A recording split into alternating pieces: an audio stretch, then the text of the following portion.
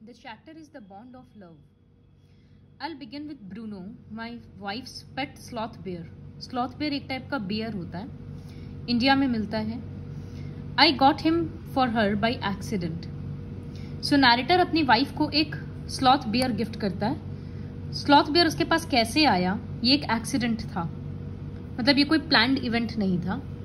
सो 2 साल पहले वो लोग शुगर केन के फील्ड से क्रॉस कर रहे थे मैसूर के पास, नैरेटर और उसके साथ कुछ लोग, और लोग वहां से वाइल्ड पिग्स को हटा रहे थे शूट कर करके.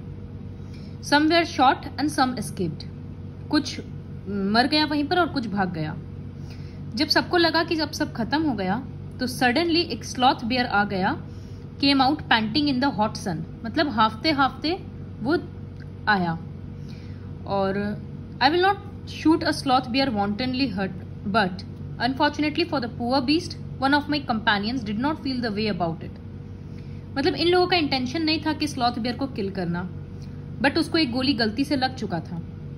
नैरेटर सोच ही रहा था कि क्या करना चाहिए, उतने देर में उसका एक फ्रेंड उसको गोली मार दिया और वो तुरंत मर गया. जैसे ही वो गिरा जमीन पर मरने के बाद, so see in the prostrate body. Prostrate body का मतलब एनिमल जब गिरा नीचे तो उसका फेस ग्राउंड में था. इस तरह के पोजीशन को प्रोस्टेट बॉडी बोलते हैं. जस्ट समझ लो कि वो इस तरह से गिर गया. तो जैसे ही वो गिरा वैसे ये लोग देखे कि उसका ब्लैक फर में कुछ हिल रहा है, और अचानक से देखा कि उसमें से एक दूसरा बियर निकलकर आ गया, बेबी बियर. तो इसका मतलब बेबी बियर मदर के बैक में राइड कर रहा था जब उसको गोली लगा, और वो बेबी बियर अपने पेरेंट के आसपास दौड़ते दौड़ते, मतलब अजीब सा एक रोने जैसा वॉइस निकाल रहा था. I ran up to it to attempt a capture. It scooted into the sugar cane field. तो नैरेटर उसको पकड़ने का कोशिश किया, लेकिन वो दौड़ के फील्ड में चला गया. Following it with my companions, I was at last able to scrub it by the scruff of its neck. Scruff मतलब नेक का back portion.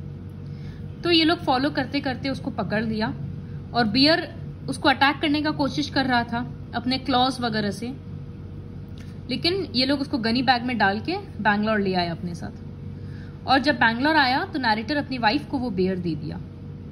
She at once put a coloured ribbon around its neck, and after discovering the cub was a boy, she christened it Bruno.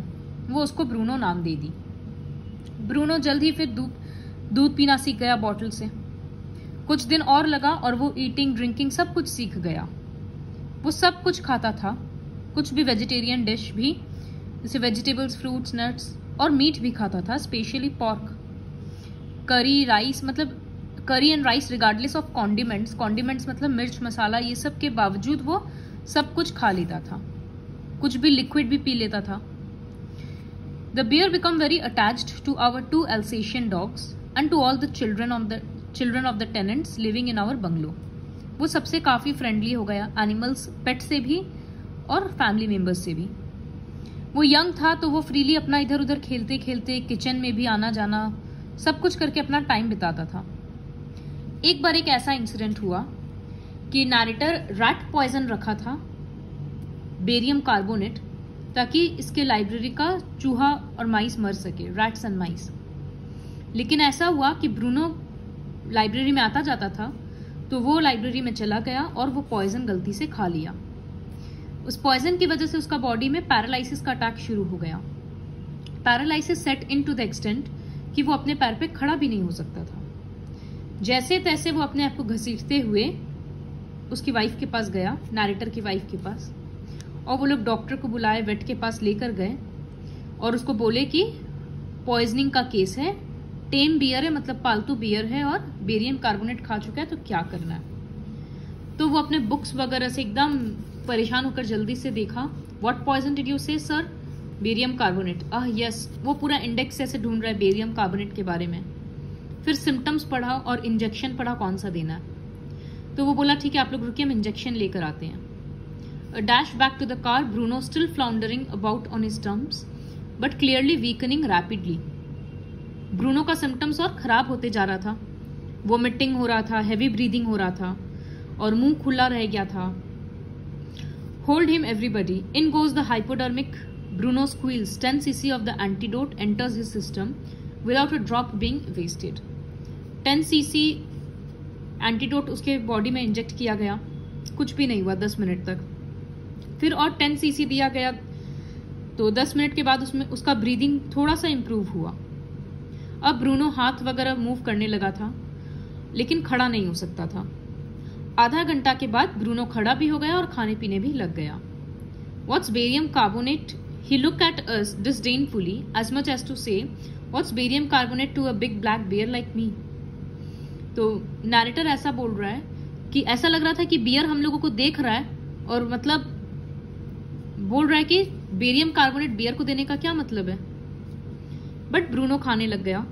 Another time he found nearly 1 gallon of old engine oil, which I had drained from the sump of the Studebaker. Studebaker एक American car है पुराना, तो उसमें से वो oil निकाला था 1 gallon, ताकि टर्माइट्स वगैरह, और उसको रखे हुए था कि टर्माइट्स वगैरह नहीं आएगी, उसको छिड़क देंगे, डाल देंगे। लेकिन वो बियर को मिल गया और बियर पी लिया, बट कोई इफेक्ट्स नहीं हुआ। इस तरह से मंथ्स बीतता गया। Bruno had grown many times the size he was when he came. वो तो एक बियर है, कितना बड़ा साइज में होता है। तो वो एल्सेशियन डॉग्स के हाइट का भी आ गया, उनसे भी ज्यादा बड़ा हो गया। लेकिन वो हमेशा पहले की तरह स्वीट और प्लेफुल था। बट अब उसकी वाइफ को सब समझाने लग गए कि इसको जू में दे आओ, क्योंकि सेफ नहीं है इतना बड़ा एनिमल घर में रखना। और वो ब्रूनो का नाम बाबा कर दी, हिंदुस्तानी वर्ड बाबा, इसका मतलब स्मॉल बॉय। और वो सारा एक्टिविटीज करता था। बाबा रेसल तो वो रेसल करके दिखाता था, बाबा बॉक्स वो सब कुछ करता था। बाबा होल्ड गन तो वो अपने स्टिक को गन के जैसे पकड़ लेता था। इस तरह से वो सब कुछ करता था। और लेकिन सब एडवाइस करने लग गया कि अब इसको जू में दे आना चाहिए, मैसूर के। फिर फाइनली वो बोली कि ठीक है, दे आएंगे जू में।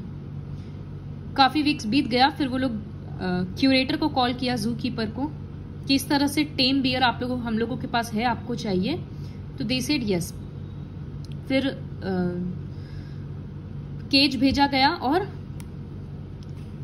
बाबा को जू ले जाया गया। फिर वो अपने सारे फ्रेंड्स को बोलती थी कि तुम लोग कोई भी मैसूर जा रहा है तो प्लीज जू में देख कर आना कि वो कैसा है। और इसका हस्बैंड इसको रिपीटेडली बोलता था कि नहीं, तुमको मिलने नहीं जाना है। लेकिन 3 महीना के बाद ये बोली कि अगर तुम नहीं लेकर जाओगे अब तो हम खुद बस या ट्रेन से जाएंगे। तो फिर ये लोग बाई कार गए। Friends had conjectured that the bear, so conjectured का मीनिंग होता है गेस करके एक ओपिनियन बना लेना। इसके फ्रेंड्स इसको बोले थे कि बियर तुमको नहीं पहचानने वाला है। लेकिन जैसे ये गई, दूर से बियर देखकर एकदम खुश हो गया और हाउल करने लगा हैप्पीनेस से। तो ये भी दौड़ के उसके पास गई, बार्स के अंदर से हाथ घुसाकर उसको सहलाई। और 3 घंटा तक, जबकि पहले जू कीपर बोला कि वो कुछ भी नहीं खा रहा है, अनहैप्पी है इसलिए कुछ नहीं खा रहा है, लेकिन वो 3 घंटा तक फिर खाते पीते रहा। क्लोजिंग टाइम आ गया तो इसकी वाइफ रोने लग गई कि छोड़कर नहीं जाना है। और इनफैक्ट ये भी बियर भी रोने लग गया। और क्यूरेटर और जू कीपर वो भी डिप्रेस्ड हो गए। तो as for me, I had reconciled myself to what I knew was going to happen next. अब ये क्यूरेटर को बोलने लग गई कि प्लीज ये वापस कर दीजिए हम लोगों को, क्योंकि देखिए ये भी परेशान है और हम भी परेशान है, ऐसे तो ये मर जाएगा। लेकिन जू कीपर बोला कि ये गवर्नमेंट प्रॉपर्टी हो गया, अब हम रिटर्न नहीं कर सकते हैं। तो आपको या तो मेरे हेड को लेटर लिखना होगा, सुपरिंटेंडेंट को, जो बैंगलोर में है। तो ये लोग बैंगलोर गया उसके घर में और उसको रिक्वेस्ट की ये कि उसके बिना हम भी अधूरे हैं और वो भी। And he was kind hearted, तो वो बोला कि ठीक है, हम अलाउ कर देते हैं। इनफैक्ट वो क्यूरेटर को ये भी बोला कि एक केज देकर आओ, केज से डिलीवरी करवाना और उसका चार्जेस मत लेना। Back we went to Mysore again, armed with the superintendent's letter. Baba was driven into a small cage and hoisted on top of the car.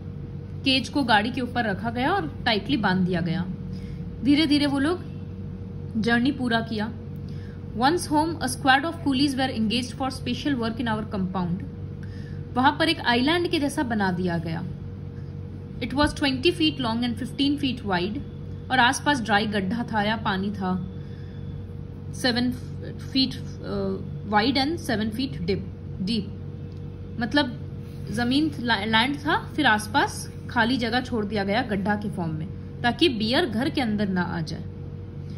और वुडन बॉक्स रखा गया आइलैंड में ताकि वो अंदर जाकर सो पाए, और उसमें घास वगैरह रख दिया गया। उसका जो स्टिक था जिसको वो गन बनाकर खेलता था वो सब भी रखा गया। वो इन लोगों के पास घर में प्रिजर्व किया हुआ था।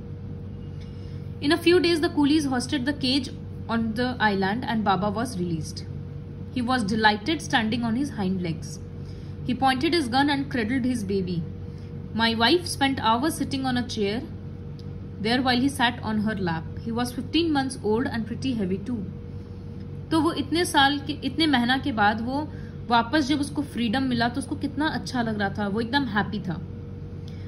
नैरेटर की वाइफ उस आइलैंड तक कैसे पहुंचती थी, क्योंकि बीच में तो गड्ढा था ना। तो एक ट्री के मैंगो ट्री का एक ब्रांच से एक रोप लटकता था। रोप का एक एंड में वो इस तरह से लूप बनाई थी, और यहां पर वो अपना एक पैर फंसाती और दूसरा पैर से किक करके सीधा वहां लैंड करती। 6 फीट 7 फीट था, तो ज्यादा वाइड तो था नहीं ज्यादा, इस वजह से वो इजीली क्रॉस कर जाती थी, और वो आती भी वैसे ही थी। सो ये उसका आने जाने का रूटीन था। But who can say now that a sloth bear has no sense of affection, no memory and no individual characteristics. लेकिन अब ये कोई नहीं बोल सकता कि बियर को कोई फीलिंग्स नहीं होता है या बियर का मेमोरी नहीं होता है, क्योंकि ये चैप्टर पढ़ने के बाद क्लियरली समझ में आया।